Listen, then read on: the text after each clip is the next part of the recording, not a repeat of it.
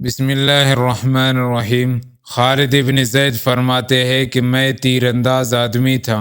میں عقبہ بن عامر رضی اللہ عنہ کے ساتھ مل کر تیر اندازی کرتا۔ ایک دن وہ میرے پاس سے گزرے اور فرمایا، اے خالد، ہمارے ساتھ آؤ، ہم تیر اندازی کریں۔ لیکن میں نے تھوڑی دیر کر دی تو فرمایا، خالد جلدی آؤ، میں تمہیں وہ بیان کروں جو مجھے نبی کریم صلی اللہ علیہ وسلم نے بیان فرمایا تھا، یا میں تجھے وہ بات کہوں جو نبی صلی اللہ علیہ وسلم نے فرمائی تھی۔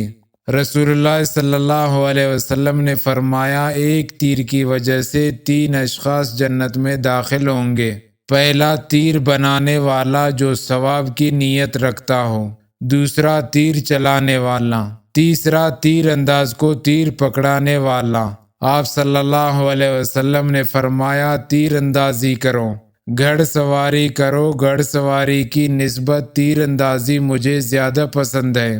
3 چیزیں کھیل میں شمار نہیں ہوتی۔ پہلا، اگر کوئی شخص گھوڑے کو سکھاتا ہے۔